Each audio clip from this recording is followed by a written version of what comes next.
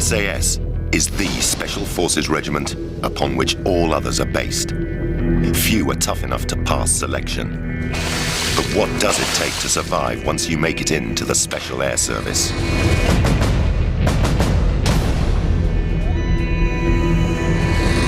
Using a series of dramatic scenarios, a team of hardened ex-SAS veterans have agreed to reveal the survival secrets that kept them alive.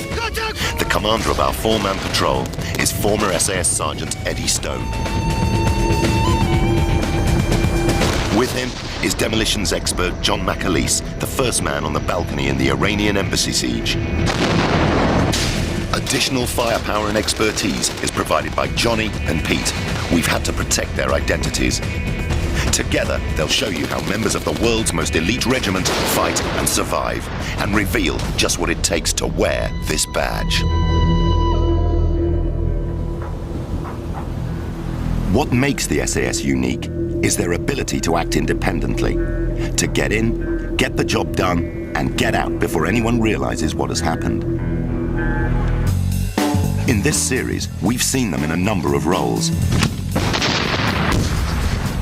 But up until now, we've concentrated on the four-man team, the basic fighting unit of the SAS. Now we're going to look at what happens when a full Sabre Squadron goes into action, utilising the specialist infiltration and combat skills of the SAS.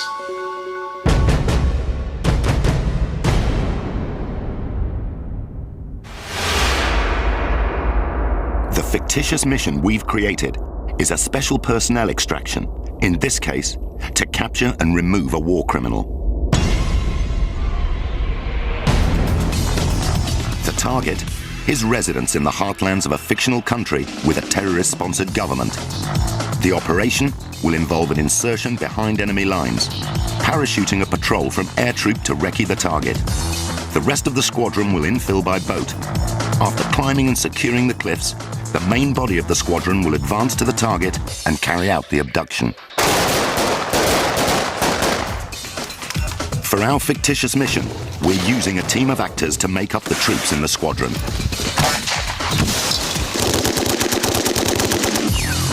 The SAS is made up of 4 Sabre combat squadrons. Each one is divided into 4 specialist troops: air, boat, mobility, and mountain. Air troop for silent, swift insertions. For this mission, we've added a new team member, Alec. He's a former Pathfinder, an elite parachute unit where a large part of selection and combat training is the same as in the SAS. Boat troop for assaults and insertion from water.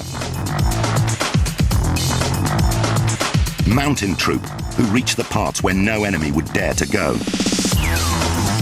And finally, mobility troop, trained for hit-and-run raids behind enemy lines.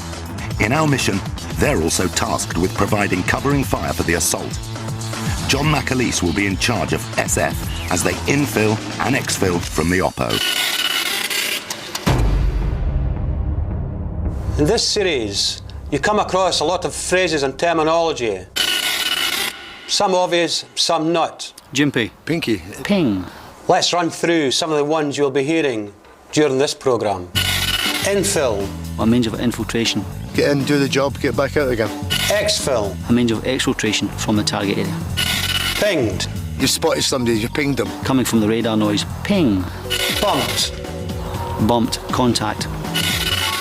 Right, let's get on with it.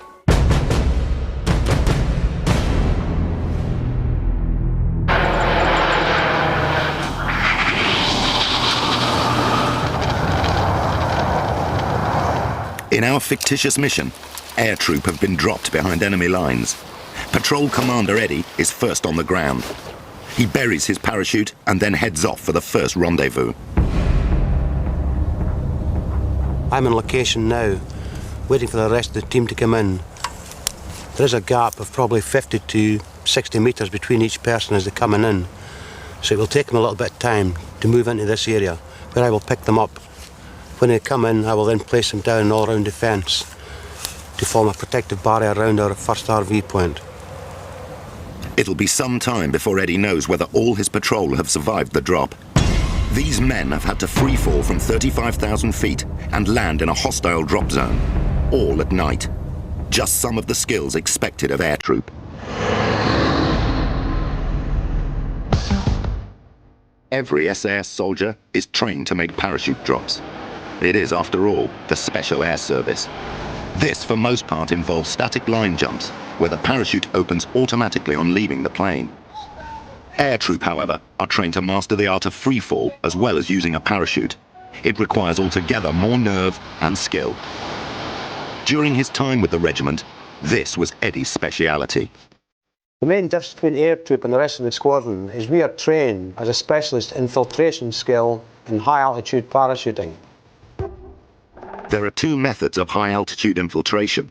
They are known as hey-ho and hey-low. Hey-ho, or high altitude opening, is generally the preferred option. After a short free fall, the parachute is opened.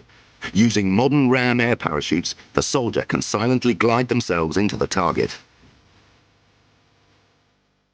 Using the ram air parachute and the jet stream, you can insert across a border. In hey-low, or high altitude low opening, the troop free fall from as high as 35,000 feet, only opening their parachute at around 2,000 feet. It's swift and it's silent. The main advantage of halo is that when you land on the ground, you'll all be within a very, very short distance of each other. With hey-ho, you can end up being spread out a good distance across the country. But before they even step out of the plane, they have to check and double-check that they've got the right kit for the mission.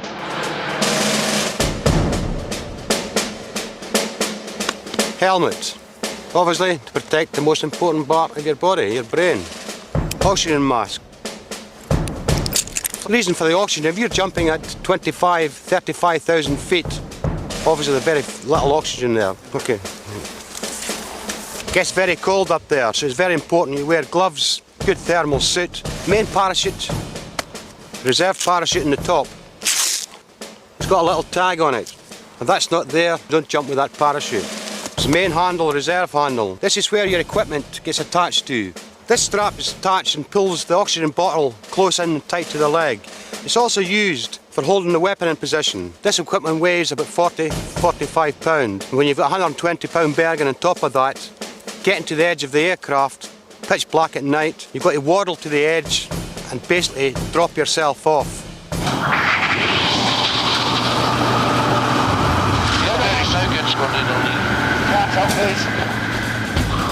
Free falling at 35,000 feet with weapons and a Bergen full of equipment would be suicidal if the trooper hadn't spent months training for it, mastering the technique. What he's trying to do at this stage is create symmetry in all parts of his body. His head must be in an upright position.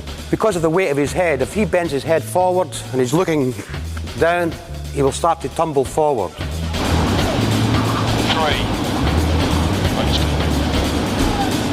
If he wants to turn right and face into the group, all he has to do is bring in his right arm, and his body will automatically turn round to the right. He can do the same movements by using his legs. If he straightens his left leg, he will then spin to the right. When he's jumping, if we're jumping from 25,000 feet in an operation, then we will be wearing equipment. That is going to create more drag, so he will extend his arms out in the front of his body. If the Bergen moves position at any time, it can cause the free faller to start spinning. This is a very dangerous thing to happen. If you get into a spin when you leave the aircraft at 25,000 feet, you've got a long way down before your parachute's going to open, another 23,000 feet. By that time, you're going to be rotating faster than the eye can see. I have seen people landing on the ground with their eyes completely bloodshot because all the capillaries in their eyes have burst. So he must adjust his position to compensate for any movement in the Bergen. There is one other position you can use, which is cracking, and that enables you to move across the sky. A bit like Superman in some respects, but not quite the same. You're going to still hit the ground. And at 25,000 feet, he will be motoring along somewhere around 180 to 200 mile an hour.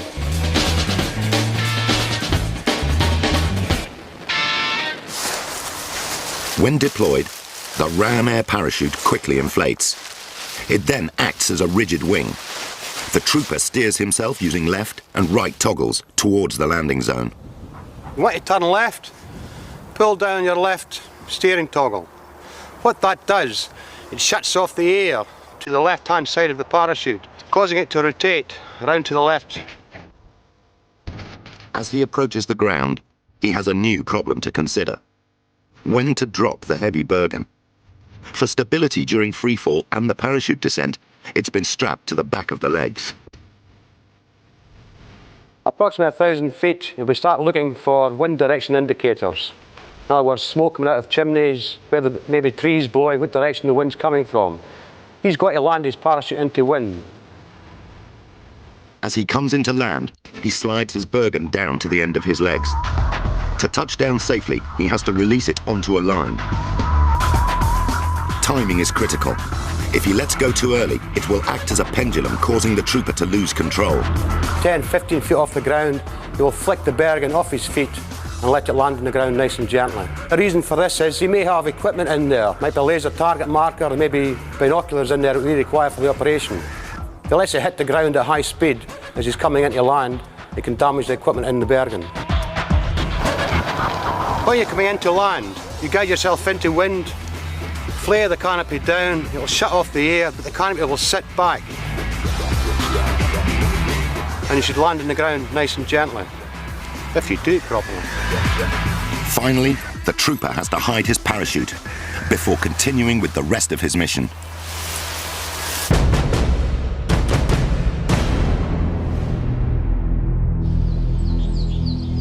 Eddie is waiting for the rest of his air troop patrol to arrive at the rendezvous near the landing site. The men have had to find their way individually from where they landed. Our drop has been a success. All members of the patrol are safely in position. They take a quick admin break, sorting themselves out whilst maintaining all-round defence. Right, listen in, lads. This will be our first ERV, yeah? Here. On the way to the target, Okay. Eddie will designate a number of ERVs, emergency rendezvous points. This is in case, en route, we get bumped by the enemy. In other words, we have a contact with the enemy. The patrol splits, then they can get back to the emergency rendezvous point where we can re-establish what we're going to do, select a different route, and head off and try and carry on with the mission. I'm going to head off. Point. Number 2. The next stage of the mission is the tab to target area. Tab. Tactical advance to battle. Going for a little walk, carrying the house on your back. Each soldier is expected to have exceptional navigational skills, but to help plot the route to the target, they'll be using GPS, a global positioning system. It's a satellite-based navigation aid originally developed by the US military. It can pinpoint a user's location to within a few meters anywhere in the world. To do this, the handset needs a signal from at least 3 of 24 purpose-built satellites orbiting the Earth. In this case here, we've got 1, 2, 3, 4, 5, 6 satellites showing. Gives me my grid reference, 222171. I'll get my map out. Okay, I've now located exactly where I am. I know where the target is. So when we set off on our route, that will tell me, after a period of time, how long it's taken me to cover a kilometre. So I can then work out from that how long it's going to take me to reach my target area. The patrol moves out. Every one of them is an experienced soldier, trained to use all kinds of navigational tools.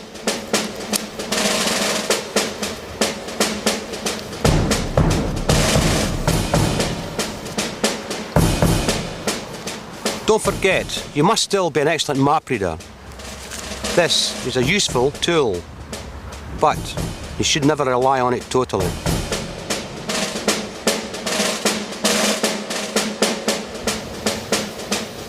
Moving into an enemy position or moving into an area of operation isn't about head down, arse up and getting there as fast as you can. You've got to move tactically at all times. adapting different formations depending on what the country's like. When we're patrolling along, each person has their own arc of responsibility. In other words, they're covering a specific area. Moving tactically is second nature to an SAS trooper. They know they could be bumped or compromised at any time when operating behind enemy lines. Over the next few days, Air Troop will establish an observation post near the target, note the enemy movements, and draw up a plan for the assault. Then, the next stage of the operation can begin. This will be the responsibility of Boat Troop.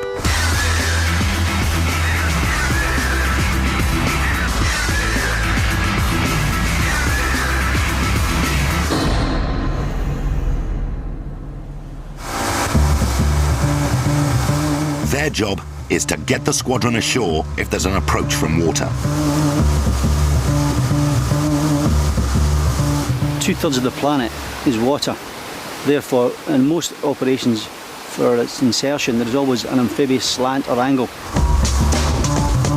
They are trained in sea navigation, can pilot almost any small craft, are expert divers, and may even have to be handy with a surfboard. Amphibious operations is quite complicated in that we're in a medium where men can be drowned before they even get to the start line to go to war. Members of the Boat Troop will pilot the craft that will carry in the rest of the squadron. Their job is to get them ashore safe and dry. A wet, cold soldier will not be thinking about the operation, he'll be thinking about getting dry. Aboard the boats, the SAS often wear a waterproof dry suit called an ISBO, Immersion Suit Boating Operations. This is worn over their DPMs. DPM, Disruptive Pattern Material, camouflage. The boat commander is responsible for safety. Zips can be a particular danger. If left undone, the suit can fill with water. Result, the soldier who is carrying heavy equipment is dragged under. The SAS use an assault craft called a Gemini. It's inflatable, so it can be easily deployed at sea. Everything required for a mission has to be stowed on this craft. They use special watertight bags. As well as carrying the burgans and other equipment, the bag can be filled with air and used as a flotation aid. Useful if you need to swim into shore. This is then clipped to the boat.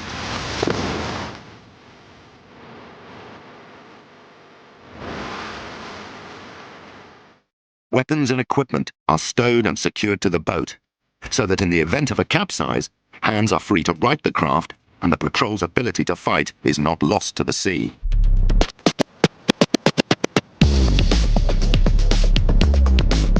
Sea conditions, tides and currents are all factors the boat commander will have weighed up in the planning. He'll select a landing point from the weather forecast, charts, and what's the safest option for the squadron at the time. In our fictitious mission, the squadron will launch from a mothership in neutral waters and land at low tide when the beach is exposed. If time and conditions allow, he may recce the coastline in advance for a suitable site.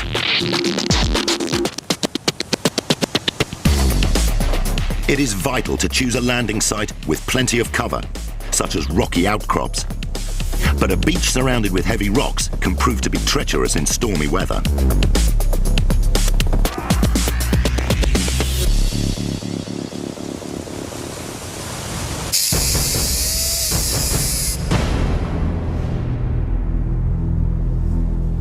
In the meantime, Air Troop have tabbed from the drop zone to the target area, along the way pointing out emergency rendezvous points. For the past 2 days, they've been watching the target from an OP, observation post. The SAS are expert in covert intelligence gathering. Central to this is the role of the OP. By the front gate. Long-term OPs involve digging in and effectively living in a hole in the ground for days, maybe weeks. During counter-terrorist operations in urban areas, there will be more hiding spots. But again, the soldier will be expected to eat, sleep, and go to the toilet at his post. This is called hard routine. In our mission, they've got to gather as much information as they can about guards and points of entry Looks like they're just changing over. Before rendezvousing with the rest of the squadron in a couple of days. This is familiar work for Alec, who has come from another of the British Army's elite forces, the Pathfinders. Basically, we're the eyes and ears of the brigade commander, and what would be used for us to go and recce and secure drop zones for the incoming troops for the relevant operation. Pathfinder selection is similar to the SAS. The main difference being they don't train in bodyguarding and counter-terrorism. The Pathfinders is green soldiering to a very high level. Initially, what we require is a very good basic infantry skill to get through the selection. Once you're successful in that, you then progress to mountain skills, mobility skills, jungle skills and desert skills.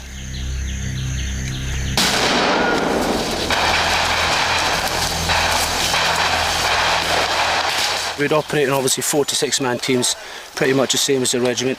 So to that extent, yes, we do operate on our own. After a couple of days with eyes on the building, Air Troop Commander Eddie reports to his boss on ship that our target is not heavily guarded. They continue to gather intelligence for the op. Some way back, the troop has established a lying up position. Here they can rest between shifts at the OP. Lighting a fire and cooking are strictly forbidden. Nobody is left on their own in the OP. It's good they've got a bit slacker over the past couple of days, eh? Operating in the buddy-buddy system is very, very important within the regiment.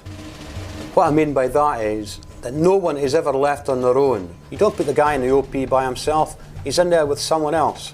If somebody goes for a crap, then somebody goes with them. So at all times, each person has got protection with him if he is occupied doing another task.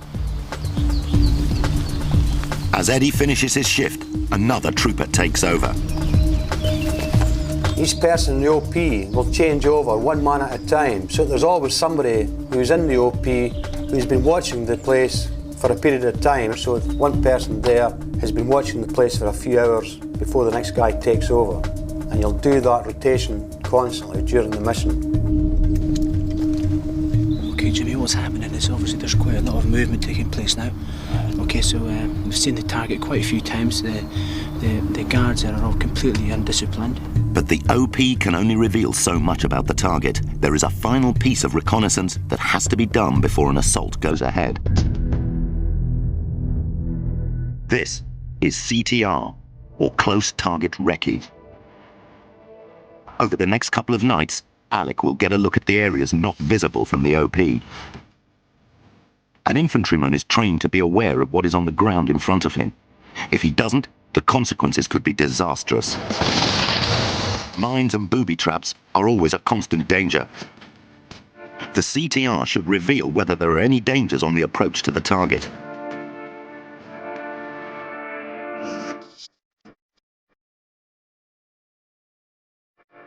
Night vision sights amplify the ambient light found even in the darkest places. Once Alec has made his observations, he has to withdraw without leaving too many traces. The easiest way is to use a classic escape and evasion trick: go back the way you came in. Writing down notes is time-consuming, so at a safe distance, he records his observations. In our fictitious scenario, he then moves around to approach the target from another direction to get a 360-degree view of the target. Having gathered enough intelligence, Eddie has radioed the ship to commence with the next phase of the operation. With part of the air troop, he'll now head for the pickup point on the coast.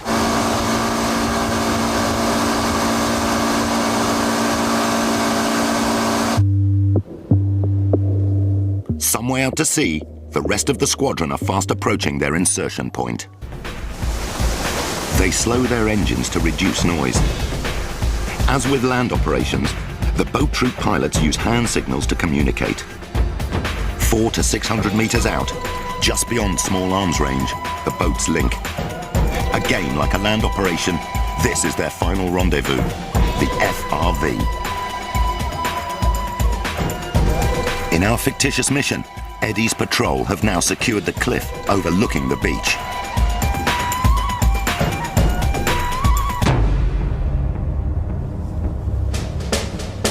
For our mission, the boat troop commander coordinates the landing.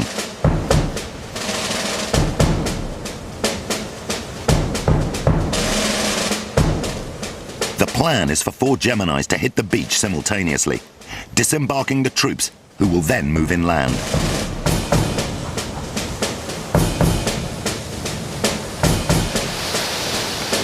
Even though the cliff is guarded by air troop, a boat troop advance recce party are sent in to secure the beach.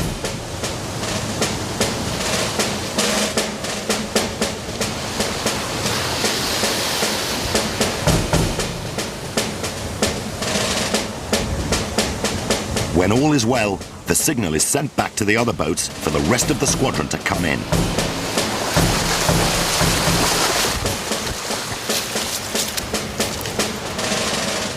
Next off the boats is Mountain Troop. Mountain Troop are the extreme sportsmen of the regiment.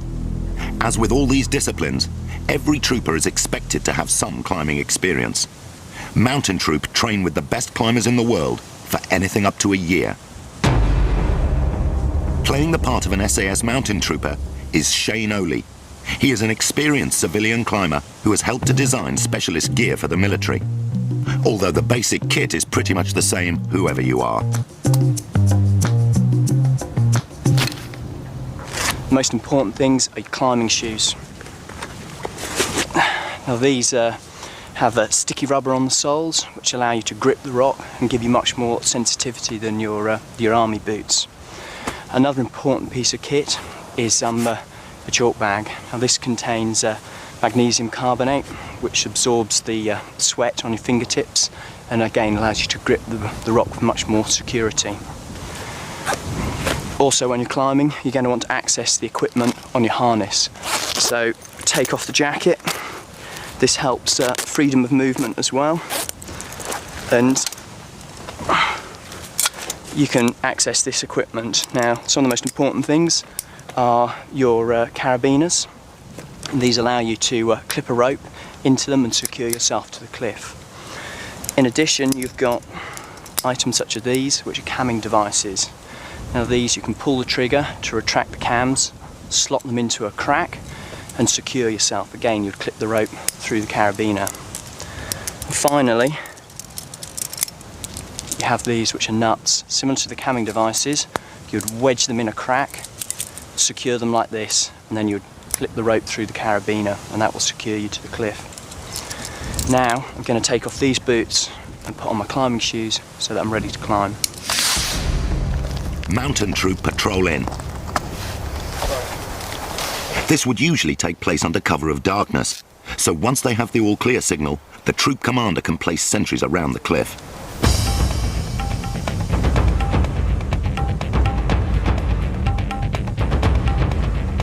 The lead climber can then prepare to ascend.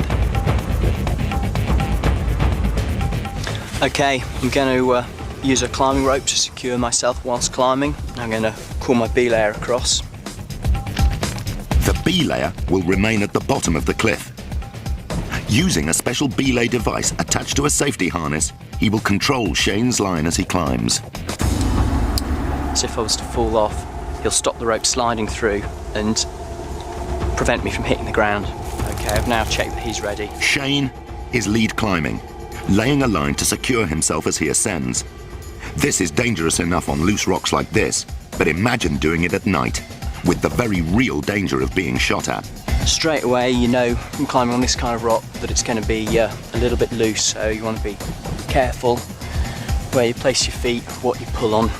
Move carefully, slowly, normally trying to maintain a few points of contact all the time. Therefore, if you did slip, you'd have the maximum chance of holding yourself. Right, now that I'm getting some distance off the ground, I'm going to look to place some protection to keep myself safe, and I can see quite a good bit there, so I'll probably be able to place a nut. So I'll select quite a large nut, maybe in behind there. Clip it with a carabiner, pull up some loose rope and secure myself. Again, look up, look for the best route, carry on climbing.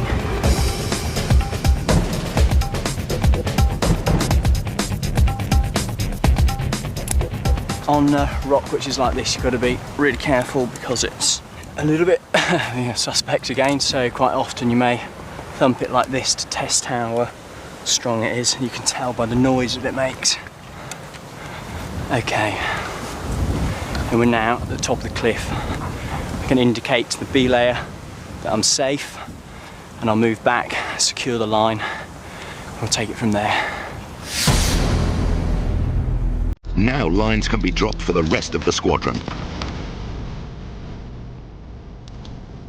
On a mission, the SAS have to carry absolutely everything they need. From medical supplies to the exact number of mortar bombs required. The Bergens alone can weigh more than 120 pounds. A vast weight that has to be got up the cliff by pure brute strength. Another indicator of how fit the average trooper has to be.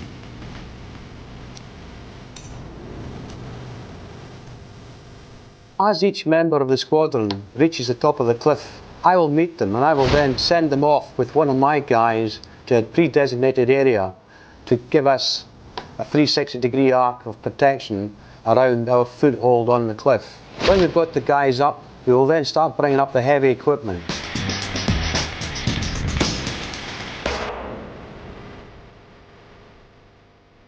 This position at the cliff top is known as the operational baseline.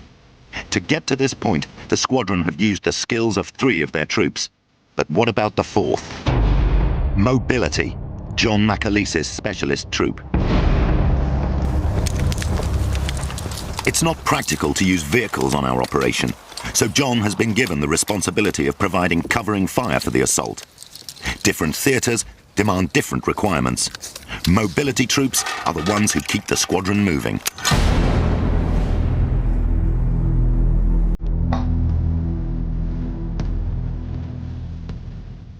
Many of the regiment's earliest missions in the deserts of North Africa during World War II were mobility-based. Back then they used American jeeps, but the vehicle most closely associated with the regiment is affectionately known as the Pinky. Pinky. A term used all the time for the Land Rover 110. The reason the vehicles are painted pink is, it may sound funny, but in the desert, when you get used against the backdrop of the sand, they can't be seen. Although Land Rovers have been used by the regiment since World War II, the original Pink Panther, the Pinky, came into use in the 60s. Basically, it's just a Land Rover chassis with lots of extras added to it. Spare wheel on the front of the vehicle rather than on the bonnet, because in the olden days, the spare wheel was on here, and if you'd any trouble with the engine, you had to take the wheel off first before you could lift the bonnet. Believe it or not, it's quite handy if you've got to push in the vehicle, you've got the tyre in front, you don't damage the other vehicle. You've got the old smoke pots in the front, either side. You've got these, you've got 3 in either corner of the vehicle. These can be fired out from the front or the rear of the vehicle to give you a smoke screen. As well as the smoke pots, the early Pinky had 2 machine guns, mounted rear and front. It also carried a rocket launcher, storage for grenades, mines and rifles. All this is just for carrying a weapon. In the olden days it'd be an SLR or something. It's in there, it's out of the way, so it's not clattering about. This one here, carrying no grenades. Yep. This makes it a self-contained assault vehicle with a vast range over any terrain. This magic thing here is a built-in compass. Sand channels designed to get you if you're bogged in the sand. In the back here, you've got 2 big tanks. Yep. Basically 50 gallon in each one, so you're carrying an extra 100 gallon of fuel. I mean, you appreciate you've got all that fuel, you've got all the weight. I mean, one good shot, the whole thing would just blow up. Yeah, basically it was a 4-wheel bomb. This Land Rover was eventually replaced by vehicles whose fuel was less vulnerable. In fact, there was quite a lot of room for improvement on the original model. Truthfully, they're a pain. It's hard work.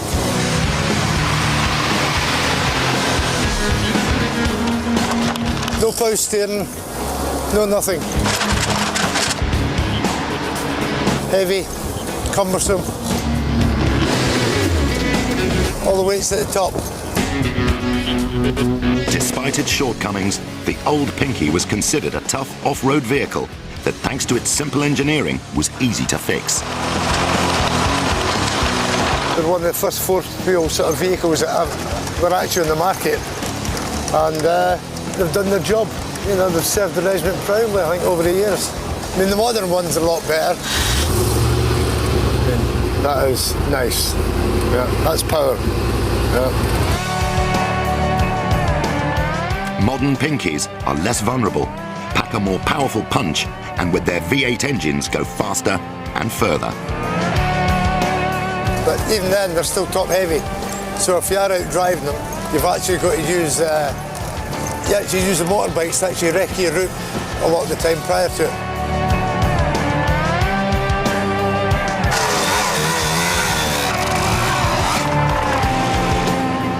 Trail bikes have also been used as a way to launch hit-and-run strikes behind enemy lines, but their most common use is for reconnaissance.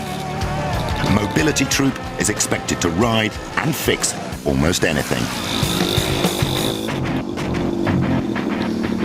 Most guys that are in Mobility Troop become good drivers over the years anyway, you know, because they're driving in different terrains, where it's desert, Arctic, sort of mountainous, jungle, you know. This, basically, it's a four-wheel motorbike.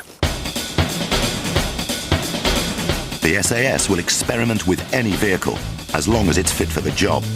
This all-terrain vehicle combines the speed of the bike with the adaptability of the Land Rover. Just makes it more of a stable platform for transporting stores, fuel, ammo. You could put an injured man on a stretcher in front of you, and then the same in the back, you could mount the stretcher and carry an injured man.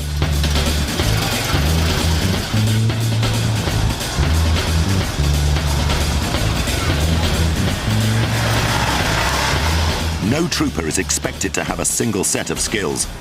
On our mission, Mac will utilize another of his specializations.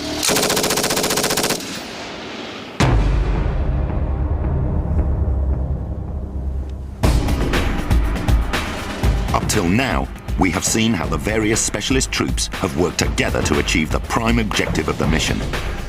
In our scenario, the extraction of a war criminal from his fictitious terrorist homeland.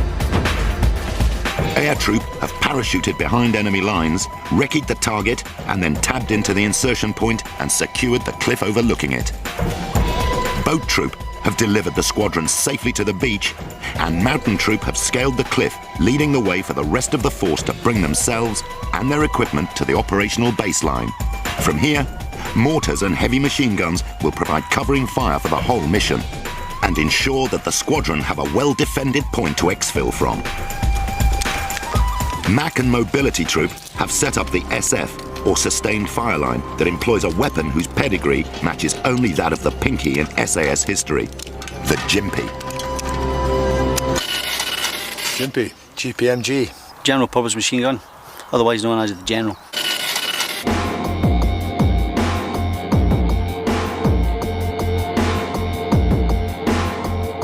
The General Purpose Machine Gun has been used in the regiment since 1957.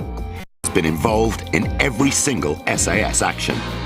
It fires ball or standard NATO 7.62 rounds. At regular intervals, some of these are tipped with a tracer paint that starts to burn at 70 meters and continues for nearly a kilometer.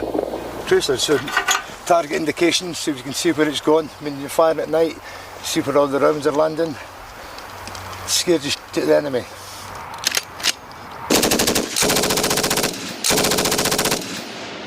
If you had enemy troops, say, following you up, if it was a withdrawal, they're 1,000 metres away, 1,100 metres away, they think they're pretty safe, and then you open up with one of these, yeah, you're going to keep their heads down. Rather than hitting one spot at one time, or all the time, it's given it a cone of fire, which is basically about 30 metres by about 8 metres. Yeah, so anything within that cone of fire is going to get chewed to bits. Talking thousands of rounds a minute, if need be. You've got accurate decimation, realistically.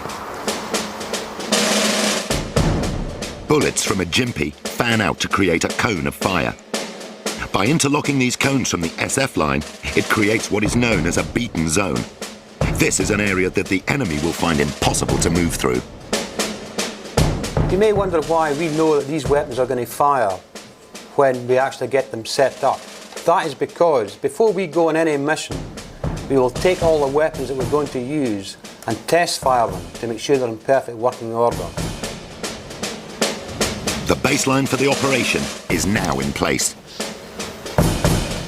So Supporting the machine guns are a battery of 81mm mortars, already locked on to the escape route. Down on the beach, members of boat troop guard the exfil point. The rest of the squadron can now move forward to the target. 4 kilometers away in the wood overlooking the target, Alec waits for the squadron to arrive. Before they get there, he will build a scale model of the area using materials that are close to hand. This will help Eddie and the squadron's officer in command formulate a detailed plan. It's vital that the model accurately reflects the surrounding area. We carry a model kit with us, and you know, a model kit is made up of, as you can see here, ribbons.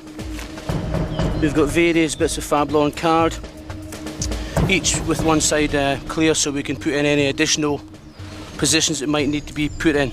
Okay, it's important that we do this. This is approximately a square kilometre around the target area. The target's located away to the southwest, of course. We're away to the north at the moment. Building in the features, you know, because there's nothing worse than guys coming to look at a model which isn't to scale or doesn't have the correct relief. Here we can see the river coming to the south here. The ground rises away from the river, so this is what we're building up at the moment. So we're just going to put a wood in here in a minute, and then we'll continue back.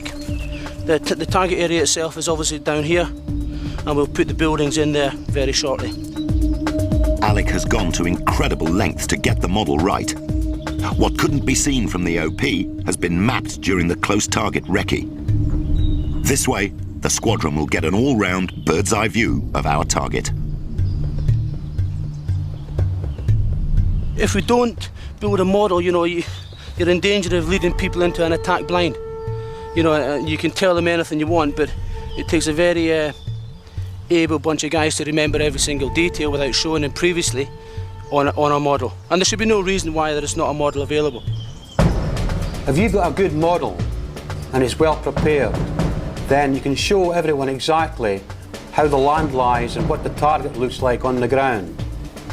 If you try to explain that without a model, you'll be there all day.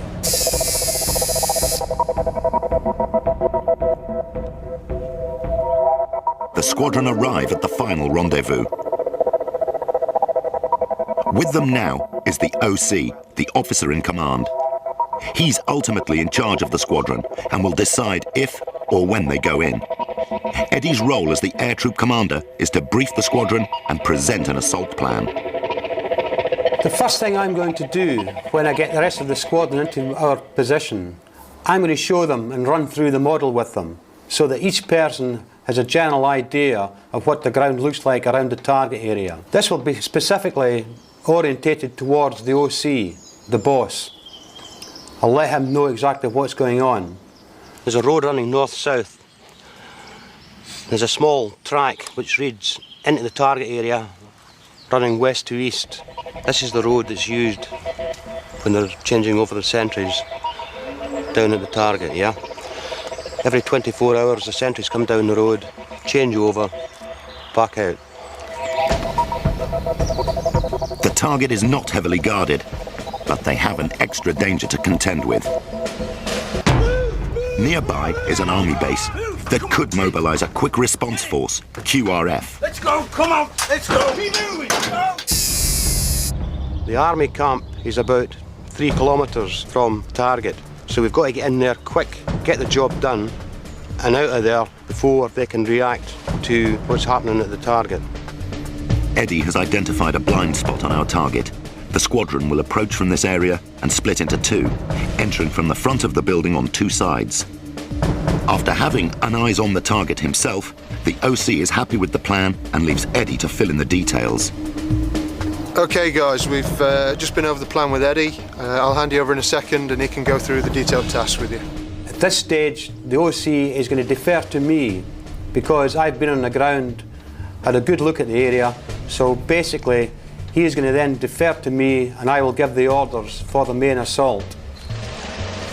Right, okay lads. Eddie assigns everyone a role. Elements of mobility and boat troop are back at the exfil point, providing covering fire. He posts 2 of the air troop on the road overlooking the track to our target. Your task, to cover that road in case we get held up at the target area and their QRF comes in. Start taking them out. Take the 66 with you to take out any vehicles that's driving down that track. The SAS use lightweight anti-tank weapons to up their firepower. The Law 66 is widely used. It's a one-off use weapon that is extremely effective against soft-skinned targets like unarmoured vehicles. A trooper may carry several, but he has to know exactly how to operate the weapon system. Whilst on exercise once with a unit which will remain nameless, as the person was opening the weapon, it was jamming. So stupidly, he took it, placed it onto his knee, held it here, and cocked the weapon. As he cocked it, he pressed the firing button at the same time. The weapon went off, the actual high explosive round went up in the air, but the back blast from this weapon chopped the guy's leg off. Very, very dangerous weapon. Because it's small, it's easy to turn around, point it at people. Place the weapon on the shoulder, aim at the target, bang. Take the weapon, throw it away, because it's no use to you anymore. The Law 80 is heavier and will cut through the armour of main battle tanks at a range of 500 metres. But the bigger the launcher, the greater the risks to the men nearby. Anyone who stood in the rear blast area of this weapon within 20 to 30 metres will be severely injured. It's a recoilless weapon and all the propulsion from the weapon comes out the rear. So you must make sure that's what he's doing when he's taking the covers off. He checks to the rear to make sure there's none of his guys behind him.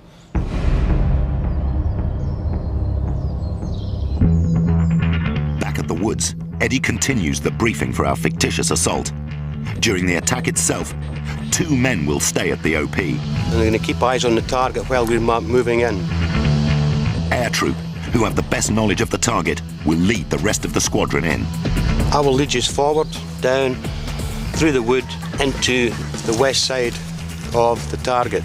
As soon as we get the go-ahead for the boss, then we'll quickly come around from both sides and make entry through into the target. You want to be here, set up, ready to go in exactly 40 minutes from now. So get your gear, get your weapons, check your weapons, all the normal kit.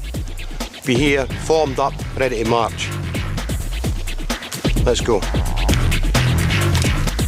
Each of the guys who are going to do the op will then feed through the observation post so that every single person prior to the assault has a good eye on the target area. Don't forget your model kit, mate, yeah? The squadron will leave their Bergens in the wood, under guard. They can now advance to FIBA. FIBA, forward edge of the battle area. Basically where all the fighting takes place. It's a slow, silent approach to the target. They put up defensive positions to cover the withdrawal.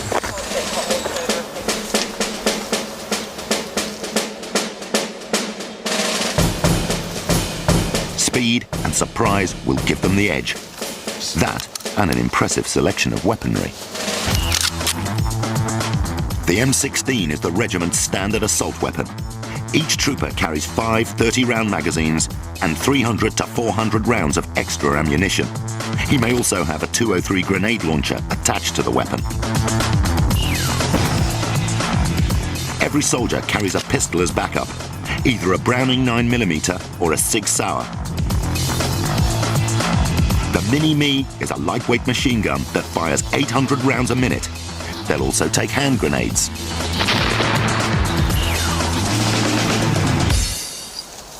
The point of the operation is not to kill as many of the enemy as possible, but to abduct the subject and survive the mission. We're going to sneak in there as quietly as we can, get as close to the target area as possible. Very, very similar to a counter-terrorist operation. Get in as close as you can before going noisy. Grab the prisoner and take him away as quickly as we can back to the exfil point. Once they've made the decision to go, there's no turning back. What's happening? I can hear shots. Get them around you now. It looks like mayhem, but in fact, it's a well-rehearsed drill. Each trooper knows his role. The SAS use a variety of grenades, depending on the requirements of the mission. The British Army standard is the L2A2. With a killing radius of 20 meters, the dangers to your own men in close quarters are obvious. They use them to clear an outbuilding.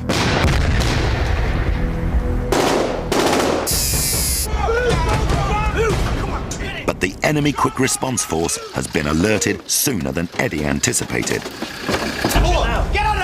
The ferocity of the assault leaves the criminal too confused and scared to resist. The first thing you've got to do is control him. And you do that by being very aggressive towards him. Down! Bag him! Put a bag in his head, plastic cuff his hands. He'll at this stage be terrified, he'll be frightened, he will become passive. Eddie takes his papers. They may contain important intelligence. The enemy are only minutes away.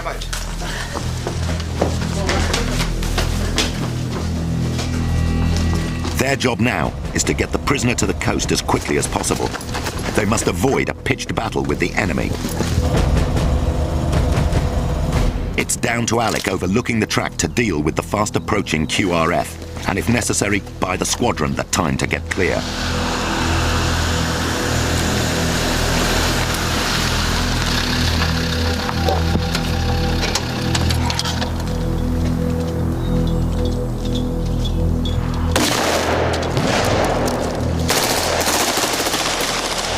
The rocket launcher team join the withdrawal.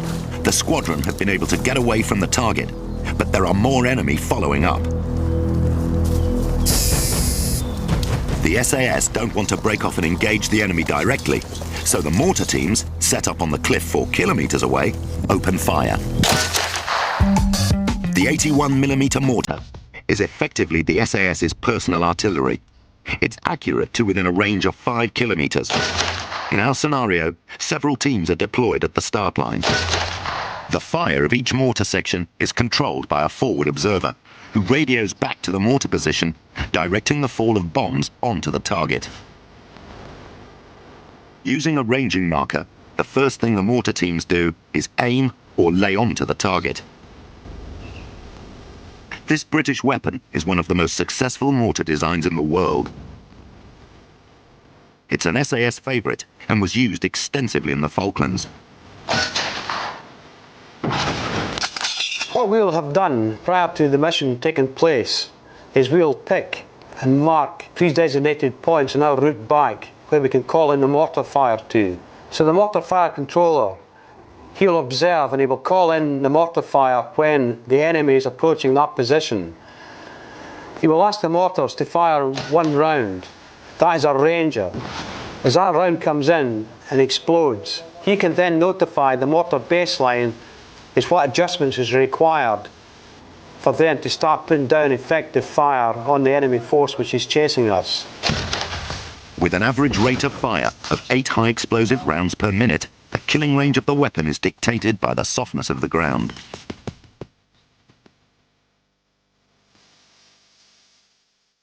A C2 sight is used by armed forces around the world and is generally recognized as the most accurate for aiming mortars and machine guns at non-visible targets. What?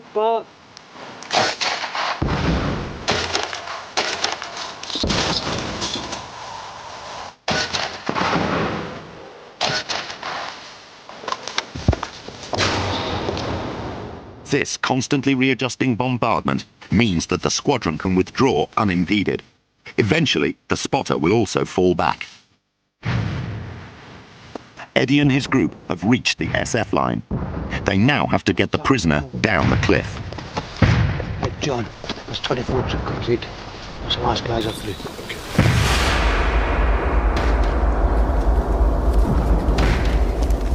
Getting a blindfolded and disorientated man to abseil down a cliff is not easy, even if he wanted to go. So Eddie will control his descent using a figure-of-8 descender. There's no time to worry whether the prisoner is comfortable. They have to get him down quickly. As the enemy close in, the SF line will have to open fire, but they can't do this until the rest of the squadron passes through their position. Before the prisoner can be lowered, Eddie abseils to the bottom of the cliff where he will control the descent. The last of the squadron crosses the SF line, including the mortar spotters. Now the Gympis can play their part.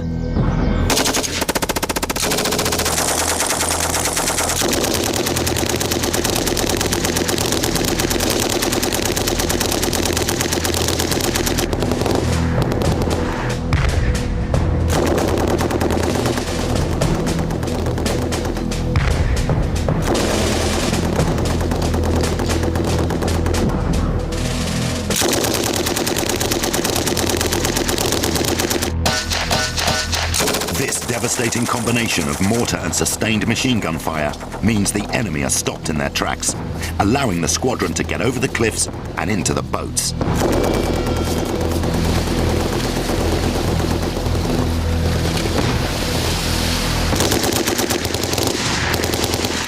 Finally, the SF teams disable their weapons and withdraw before the enemy realize what has happened.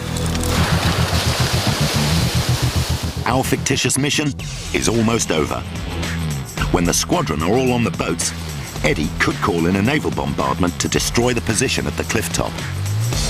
An SAS squadron is unique amongst British Army units because it can go into operation with almost no assistance.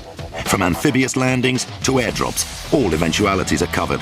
Supplies, ammunition, intelligence, logistics are all dealt with within the squadron. On top of that, every soldier has to be an excellent infantryman. It's like having the combined skills of a small army in a unit of less than 100 men. All of these skills joined together makes the SAS a formidable fighting force, able to operate in any terrain, under any conditions. Job done, in the boats, back to the mother craft, in time for an egg banjo and a brew. Banjo, as an egg banjo. That's 2 pieces of bread with an egg between it. An instrument played by George Formby. In the next programme, we'll follow a soldier as he goes through SAS selection. It takes supreme physical fitness, a sharp mind, and the stamina to keep on going. If he passes that, then he'll have to survive a further 2 years continuation training. A lot of it is mental toughness, you know, and you've got to have that mental toughness. The regiment then becomes his life, often at the cost of relationships and family. Yeah, if you're fragile in any way, you'll go off your head, you'll never survive. You're going to end up killing somebody else or killing yourself. Selection, continuation, and life after the regiment. Next time on SAS Survival Secrets.